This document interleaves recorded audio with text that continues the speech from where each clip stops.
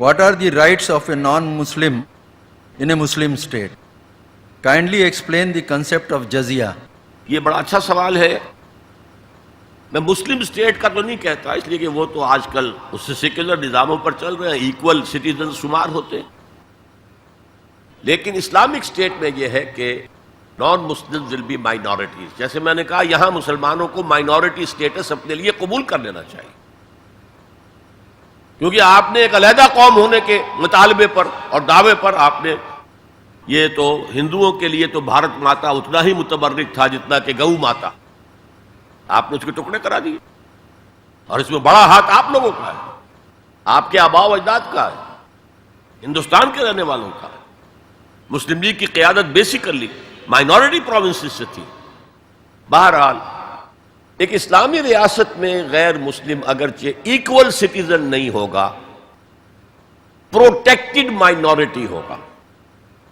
یہ پروٹیکشن جو ہے اسی کے لیے لفظ ذمہ ہے. ذمہ داری آپ بولتے ہیں اردو میں. اسلامی ریاست کی ذمہ داری ہوگی اس کی پروٹیکشن، اسے پوری مذہبی آزادی حاصل ہوگی. اس کی عبادت گاہوں کی حفاظت مسجدوں سے زیادہ کی جائے گی. یہ سورہ حج کی ایک آیت ہے، لَهُدِّمَتْ صَوَامِعُ وَبِيَعٌ وَصَلَوَاتٌ وَمَسَاجِدُ يُذْكَرُ فِيهَا اسْمُ اللَّهِ كَثِيرًا. اگر اللہ تعالیٰ دنیا میں کسی قوم کو دوسری قوم کے ذریعے دفع نہ کرتا رہتا، جب کوئی قوم گل سڑ جاتی ہے تو اسے ہٹاتا ہے، کسی کے ذریعے سے تباہ کر دیتا ہے. اگر ایسا نہ ہوتا تو یہ سارے گرجے، راہب گھر اور یہودیوں کی یہ ساری سولوتا، سینیگوگس اور مسجدیں سب ختم ہو جاتی، برباد ہو جاتی، تباہی ہو جاتی. تو مسجدوں کا ذکر بعد میں آ رہا ہے، چرچز کا، راہب خانوں کا، خانقاہوں کا اور جیوش سینیگوگس کا پہلے ہو رہا ہے. اسی طرح انہیں پوری اجازت ہوگی کہ وہ اپنی نیکسٹ جنریشن کو اپنی جو تعلیم دینا چاہیں دیں. انہیں پرسنل لا مکمل اختیار حاصل ہوگا، شادی بیاہ جس طرح چاہیں کریں، طلاق یا سیپریشن کی کوئی شکل رکھنا چاہیں نہ رکھنا چاہیں یہ ان کا معاملہ ہے. یہاں تک کہ انہیریٹنس لا بھی ان کا اپنا ہوگا. پھر ان کے لیے تمام مواقع ہوں گے، وہ سرکاری ملازمتوں میں جائیں، وہ کاروبار کریں، وہ پروفیشنز کے اندر انٹر ہوں، اس کا حاصل کریں اور پریکٹس کریں. البتہ بس دو چیزیں نہیں ہوگی. ایک، لیجسلیٹو پروسیس میں ان کو ایسوسیٹ نہیں کیا جائے گا.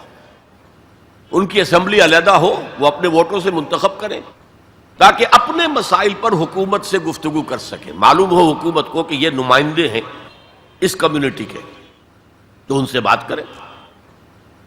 لیکن یہ ہے کہ جو مین لیجسلیٹو اسمبلی ہوگی اس میں نہیں آئے گا غیر مسلم، اس لیے کہ قانون سازی کے لیے وہاں سورس کیا ہے؟ قرآن اور سنت.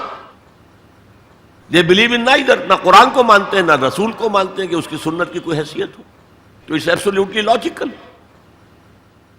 اور دوسرے یہ کہ جو ریاست کے ہائیسٹ لیول کی پالیسی میکنگ ہوگی اس میں ایسوسیٹ نہیں کیا جائے گا، کیونکہ اسلامک اسٹیٹ کی ہائیسٹ پالیسی کیا ہوگی؟ To propagate Islam,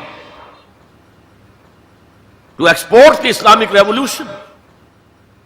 and from a non Muslim we can't expect to subscribe to this object.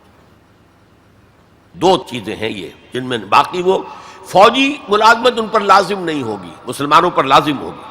جب چاہیں گے مسلمان جو ہے ان کو لے آیا جائے گا، ان پر نہیں ہوگی. وہ چاہیں تو شامل ہو جائیں، نہ چاہیں تو نہیں، ان پر جبر نہیں ہوگا. جزیہ اصل میں اسی کی جزا ہے. جزیہ بنا جزا سے، یہ ٹیکس ہے. مسلمان زکوٰۃ دے گا، 2.5% دے گا اپنی ٹوٹل جو بھی اس کا، اس کے اوپر اس کو 2.5% دینا. یہاں انڈیویجول جو ہے غیر مسلم ان پر ٹیکس. تو ہم اس وقت جو ریاستیں سیکولر ہیں ہم سب جزیہ دے رہے ہیں، ٹیکس دے رہے ہیں کہ نہیں دے رہے؟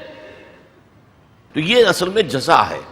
تو ایک تو ذمی کا لفظ گالی بنا دیا گیا، حالانکہ ذمی کے معنی ہے جن کی پروٹیکشن کی ذمہ داری اسلامی حکومت لیتی ہے. اور نمبر 2 جزیہ ٹیکس ہے ایک. باقی یہ ہے کہ انہیں باقی ساری آزادیاں حاصل ہوں گی. تو یہ ہے اسلامی ریاست میں غیر مسلموں کا سٹیٹس اور ان کے حقوق.